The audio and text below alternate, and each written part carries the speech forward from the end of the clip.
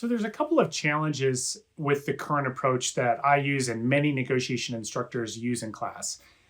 The first challenge is that while role plays might be very comfortable for individuals who tend to be a little bit more extroverted, who know more people in the class, who are more confident in their skills, the role play experience can be very intimidating. It can be very anxiety producing. And the problem is that when you're experiencing that anxiety in class situations, you're not really in the frame of mind to really learn. All you're trying to do is to get through that negotiation without making a fool of yourself or not feeling inadequate or that you didn't understand something. And that could be a very difficult, challenging experience, especially as we're trying to develop diverse classrooms where everybody feels comfortable. Relying solely on the role plays may not be suitable for every student.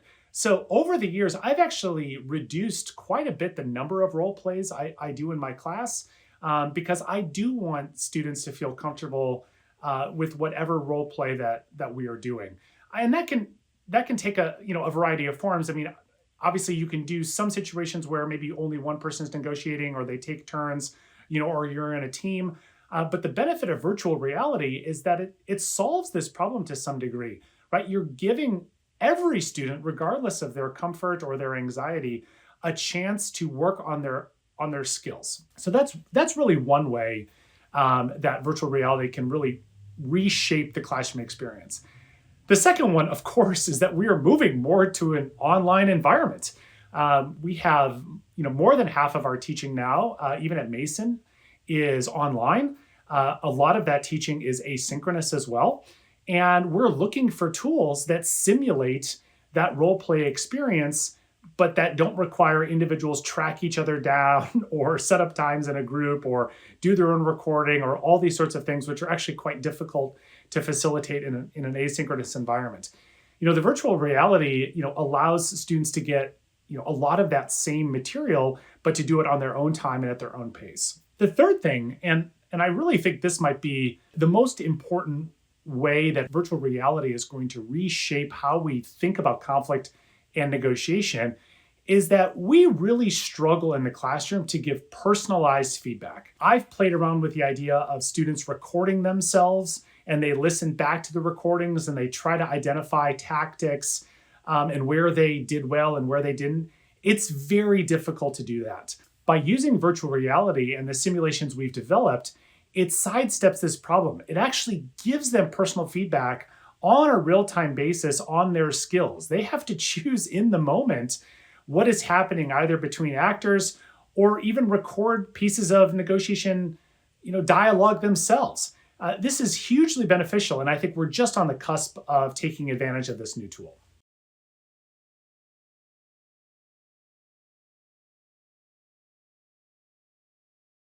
What I like about the VR modules is they can work quite seamlessly with the existing lessons, outcomes that any negotiation or conflict resolution teacher might be looking to gain. The nice thing is that if the faculty member is able to look at the VR themselves or to go through the simulation themselves, or even if they look at just an outline of what the VR simulation is trying to achieve, they can emphasize those points in their classroom. In fact, the VR is, while you can do it as on a standalone basis, it's really designed to complement what a faculty member might be doing in the classroom. So I actually see this as a great tool, especially for those faculty members who are trying to flip their classrooms or make their classrooms more active.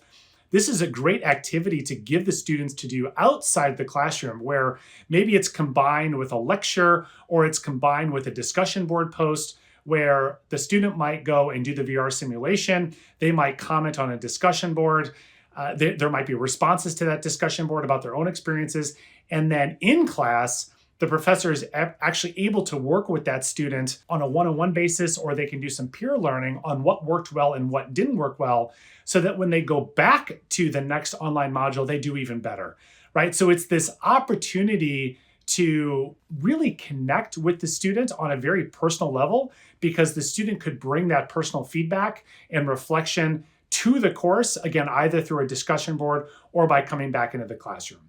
So the limitations to the VR technology is really in the ability to analyze the dialogue and to analyze the speech of the person who's going through the VR modules.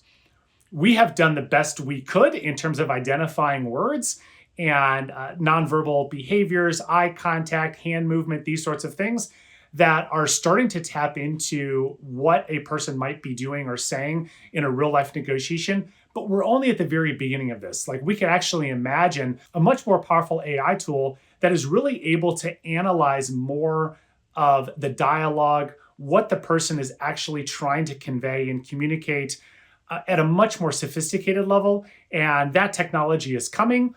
I'm really excited about sort of the next generation of these modules, and we'll get there. We're just not there yet.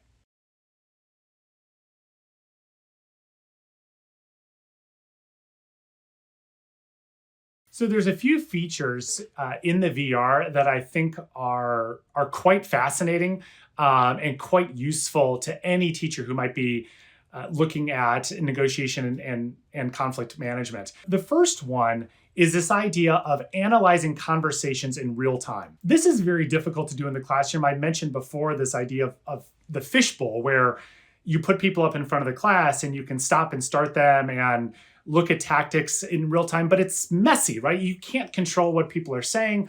Occasionally you have to shut down a situation if it's getting too contentious. Sometimes students want to perform in front of the class. And what we can do in VR is we can control that environment. Students can go through these scenarios where they're watching two avatars negotiate with one another, and they can analyze in real time what is going on. And typically the way we do this is by giving them a drop down or a multiple choice where they actually have to choose an outcome that one of the avatars might need to say if they're going to make it a more productive conversation or get more value out of that negotiation. That is something that is very difficult to replicate in a real world class. So this idea that you're getting real-time feedback on your choices really helps the students course correct in the moment and really see how they're thinking about conflict and relationships and information is how the faculty member wants them to be thinking about those types of values. So that's one thing that is really helpful with the VR. The second thing that I think is really nice is the idea of body swapping. There are many times in these modules where the learner will give a 30-second to a minute speech where they're trying to start a negotiation, or they're trying to solve a conflict, or they're trying to deal with a particularly difficult issue, and they have to record themselves.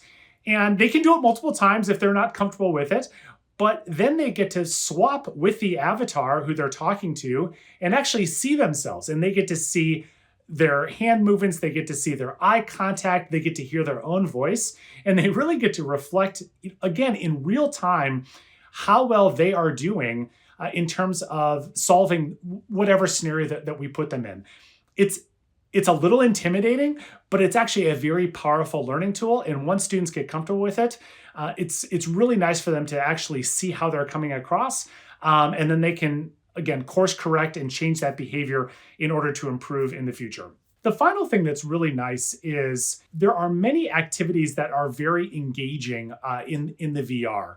So it moves very quickly. They're designed to be about 20 minutes long, but whether you're watching a negotiation between two avatars, or you're selecting some action for an avatar, or you're doing the body swapping, or you're getting a rundown from the avatars who are really the mentors, the coaches, it moves very quickly. And this is the thing that I really like about this is the students are going to be engaged with this. It's not going to feel like watching an online lecture, which is what a lot of online learning is like now. They're moving through 2 to 3 minute activities where they have to make choices. They're getting real-time feedback. They're body swapping. They're observing. They're seeing how things go. And it's fun, right? These are actors who have been hired to play the roles of these avatars. So, it's not like, you're watching faculty members try to record themselves. It really is compelling video. And I think the students will actually have a lot of fun while they're learning as well.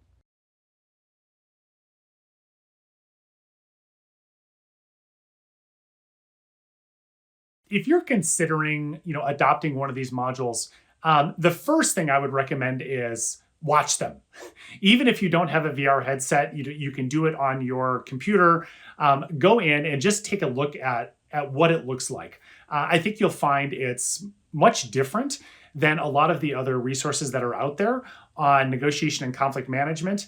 And I think you'll find, even by watching one of the modules, essentially what we are trying to do with the modules that is quite different than what you might get from a textbook. So that would be the first thing I would do. The second thing I would do is, if you decide to adopt or even do a trial adoption, is pull out some of the key learning objectives from the VR module and decide how you want to integrate that into your class. So for instance, in some of the VR modules, the students actually have to, while they're watching a conversation, pick out certain tactics or pick out certain behaviors. You want to make sure you know what behaviors and what tactics we've designed into those VR modules, so you can reinforce those points in class.